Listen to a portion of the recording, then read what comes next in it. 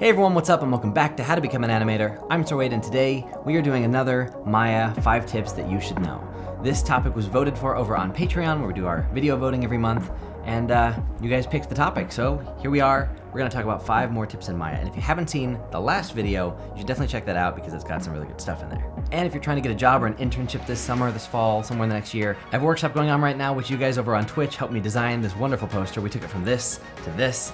Much better. Thank you for that. And this is for me to help you with resumes, cover letters, and just general application stuff. So the link is in the description if you want to check that out. And beyond that, we're ready to go. So the first tip in today's video is actually the first thing that I wish I had ever learned in Maya, ever. Aside from like how to use the software. It's called set your project.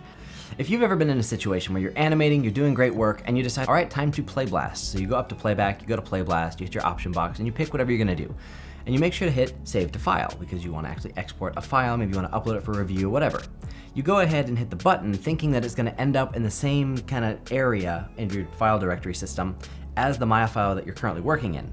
But that doesn't happen. It doesn't show up there. It's like somewhere else in your computer and you have to dig, and it's almost always, by the way, like if you have this problem, here's where it usually lives. It almost always goes to Documents, Maya, or if you're on a Mac, it's basically the same thing, My Documents, Maya, Projects, Default, Movies. I don't have anything here right now because I haven't hit the button, but that's where everything wants to go by default. You can change this, and you should change this. Every time you do a new shot, it's called setting your project. So let's just go ahead and do it. You open a new Maya scene, the first thing you should do before anything, you should go to File, Project Window, you hit New. You then give it a name, and you say Current Project, we're gonna call this Maya Tips Video. You then go to the location, and you hit a little file browser icon, pick a place you want it to be, and you hit Accept. The next thing to do is to go to File, Set Project. Now that you've created that location, you've kind of specified it, you hit Set Project, you go into the Maya Tips Video or the equivalent of whatever folder you just made, you come here and you say Set.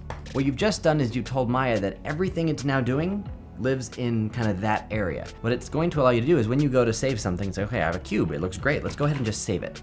It's going to default when you save a new file to the correct location. It's going to say Maya Tips Video / scenes. That's where you want it to be. And normally you open the save as window and you have to go navigate every time back to this area to save your file. It never wants to go here by default. So if I call this sphere, I'll set a couple keys, I'll just make a play blast really quickly. And now if I need to go find that file, I know exactly where it is. Everything that Maya will do from now on will live inside of Maya Tips Video. And this is actually extremely important if you're gonna work in XGen, hair, cloth simulation, if you're gonna be exporting caches of geometry or Alembic stuff.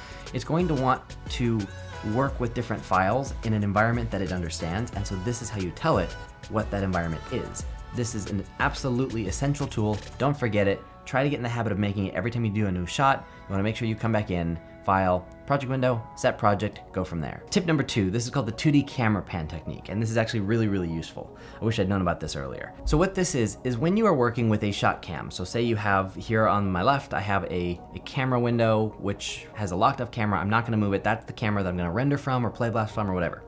On the right, this is where I'm doing all my changes. So if I'm animating, I'm doing it all on the right, and I'm always constantly looking at the left to see how does this actually look in the final output. Now in some cases you may want to make your window here bigger and you want to get in here and do a lot of good stuff, and it's really hard to see what you're doing on the other window. And it doesn't matter if the panel is like torn off and it's just like floating around, because you can have just like a standalone window and do like this kind of a thing. It really doesn't matter how you have your layout set up.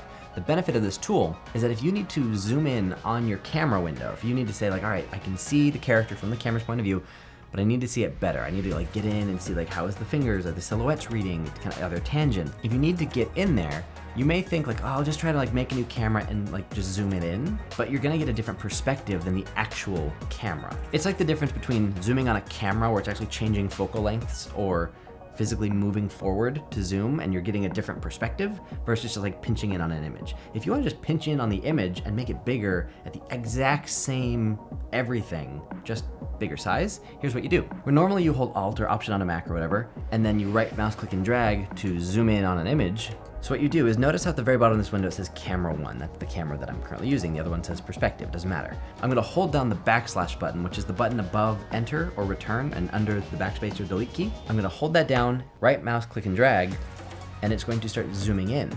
Now what it says at the bottom, it says 2D pan and zoom, Camera 1. So I'm still in this camera, but I'm now panning into the image and I can zoom in as close as I want. And you can see that it's just bumping up the resolution. I can see the face a lot better.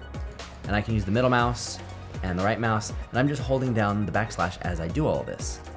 So it's just moving that little viewfinder, and we're just manipulating the actual viewfinder. We're not changing the camera's perspective.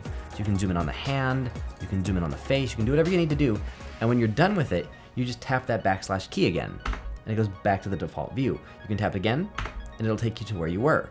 So you can easily toggle in and out. And if you combine this with the bookmarks thing from my last Maya Tips video, you can actually zoom in on a certain area, right click on this bookmarks tab, and you can say create 2D bookmark. I'm gonna go ahead and move this over to the hand and do another one, create 2D bookmark. And so now you've saved different bookmarks so you can easily just jump back to areas of your character. If you're focusing on the face and the hand, and if you're doing like the feet and you're looking from the camera's point of view, you can save all these things. You can assign these to buttons on your shelves. You can have hotkeys for them so you can easily just jump around your view. And you're not always fighting like how much screen space you have on whatever monitor you're using. So that is the 2D camera pan tool, and it's gonna be really, really helpful to making sure everything looks good to camera, even if the camera's far away from the subject. Tip number 3 is hidden inputs. Now, some of you might know this. If you're like really into modeling, you probably have found this one. But for a lot of people, this is new information. If you create a shape anywhere in Maya, generally what you have over here on the right, if you are in the attribute editor or the channel box, is you have these, translations and rotations and scales and the stuff that we're used to. You can move these around and whatever. And most of us know that if you wanted to take, for example, a cylinder and you wanted to make like a pill shape out of it, maybe you're making a music video. I've done this, I've taken a cylinder, I needed to make a pill out of it. So what you would normally do is you think, okay, well, I'm gonna scale it up, and then you gotta add some vertices and you gotta do some, edge loops, different things to model it into a capsule. However, what not a lot of people have realized is that over here on the right, you have this little thing called inputs, polycylinder 1, or whatever shape if you happen to have a sphere or a cube or whatever. I'll just throw a couple shapes in the mix, and each one of these has an input. Now this is just a hidden node system inside of Maya, so if you click on Inputs Polysphere 1 for the sphere, you actually get more option. You can actually change the radius of the sphere, which seems like scale, but it's keeping your scale value still locked at 1. More importantly, it allows you to add and take away subdivisions from the shape. You can do this with every shape, and some of them have specialty options. So at Polycylinder 1, you have radius, you have height, you have your subdivisions in different axes, so you can make it really smooth around the edges, make it more of a stop sign kind of a thing. The stop sign is 8. More subdivisions on the side, subdivisions in the middle, and there's even an option for round cap, which basically rounds off the cap, exactly as you would expect. And by default, if you turn on round cap, nothing really happens. If you turn up the subdivisions, you'll see that you start to get the smooth look. And so now you've just modeled a pill very quickly, very easily, and actually it's very blocky, so again, I'll just add more subdivisions. And there you go. We've just created a pill with no modeling necessary. It's just the options built into the shapes. This is going to end up being a really big deal for you in just a minute when I show you another tip, so hang in there. This is gonna get way cooler. Tip number 4 is display layers. And you might already know about this one, but you might not. I use this constantly in everything I animate, always. There's never a time I don't use display layers. So the thing here is usually you might have a lot of stuff in your scene. In this case, I have, the character model, I have some reference in the background, and then I have this background that I've created. I don't know what it is, but we have this background. Now this has probably happened to you where you are working and you're drag selecting, it's like, all right, I want to grab all the arm controls. And you accidentally grab stuff behind the character, things like the environment, the geometry in the background, that kind of thing. If you don't want this to happen, which usually you don't, what you can do is you can set these things in their own little layer that you don't mess with. So basically what I mean by that is I'm gonna grab all of my background elements, so all this geometry. I'm gonna come down here to the bottom right where it says display layers. I'm gonna say create layer from selected. That creates a little layer called layer 1. I can double click on it, I can rename it. I always just call it background, and I'll just leave it all alone for now and hit save. Now, at first this does nothing. I can still do everything the same, but there's 3 little options here. There's a V, a P, and an empty box. So if I hit the V button, that's visibility. That will turn on and off the visibility of certain objects. Maya will actually move faster if you don't have stuff loaded. Even if it's there, it's just not calculated. So this can speed up your Maya workflow if you're on a laptop by just hiding things that you don't need right now. The next one is P. If you're in, I think, 2018 or 19 Maya or higher, P is for playback. So that means it is visible when you are scrubbing or if you have hit the play button or you're play blasting. So if I turn that off and I start scrubbing, you'll see that it actually disappears. And that'll show up if I play blast, that stuff won't render. That'll be good for those controls on him. We'll do that in a second. The last one is this blank box, which if you hit it, it toggles through T for template and R for reference and then back to normal. So T for template just shows you like where things are, but it won't load the shading of them. So again, that could speed you up. But if you want to see the objects, you can hit R. They're still there like normal, but now I can't grab them. They're just references in the scene. You can't actually do anything with them, which is great because now I can drag freely and I don't have to worry about grabbing them by accident. If I need to get them, I can just turn off the R and do my work. And I do the same thing for my reference planes. I always put them in their own layer so I can turn them on and off, and I can hide them if I don't want them there. I can put my props in there. I have my utensils that can disappear. And so now I'll just grab all these control curves right here. I'll say layers, create layer from selected. I'll give it a name and I'll just say curves, and I can just say hide on playback.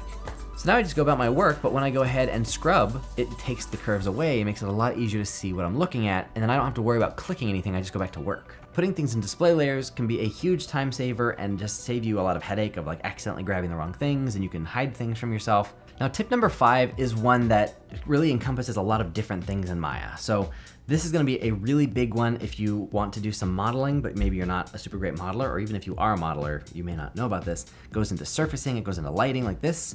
You'll find this throughout the entire program. It's one of those little things you just find after a while. So, hidden menus, that's basically the tip. What I wanna say with hidden menus is that Maya actually has a ton of like things hidden inside of it that you don't know are there that can be really, really useful, especially when you're starting out. So for example, earlier I showed you how you could take a sphere is boring. A torus, this donut shape right here, you could hit the inputs polytorus 1, and it has this. It's kind of like a hidden menu, but this isn't what I mean. What I'm gonna do with this, I'm gonna up the radius and the section radius, up the subdivisions, I'm gonna hit 3, I'm gonna smooth it out. So we have this cool shape. This would be kind of a pain to model without knowing that those tools are there, but this goes way beyond. So hidden menus are anytime you see in Maya these little arrows off in the corner of things. In the same way that all of these things in the menus up top have option boxes to customize the way they work, you also have this for a lot of the things in the shelves. So for example, you have your sphere, your cube, your cylinders, and etc. If I go to this shape, which is a platonic solid, it's just like this funky looking thing, I don't know. It has its own, options that we can mess with, but I don't care about any of that. It has a little arrow in the bottom right corner of the icon, and if you mouse over it, you can see it says right-click for more polygon primitive types. No one ever tries that. Right-click it, and suddenly you've just opened yourself up to all these different kinds of modeling things. For example, you can very easily make a gear, which is kind of cool. You can change how many sides are on the gear. You can up the radius of it. There's the internal radius of how you want it to look. You've got spacing if you want to make it more flowery, more sharp. There's all these little things in here. You can even get these crazy like twist effects, but anyway, this is just something that no one ever plays with. You never realize that you can right click and suddenly make a helix and then get some kind of cool DNA coil thing. And you can make rope really quickly, really easily without having to do a whole lot of work. We can even do that round cap that we saw earlier. Just make sure you up the subdivision cap so that you actually get the round caps. So that's part A of hidden menus, is that there's tons of shapes and like crazy things. There's like ultra shapes and spherical harmonics and like whatever. But anytime you see those little corner arrows, that means there's something there. And this will go as far as even surfacing. So if I just assign a material to this swirly thing, I guess, I don't know, and I'll go to an Arnold standard surface. A lot of people want to do texturing but don't know where to start.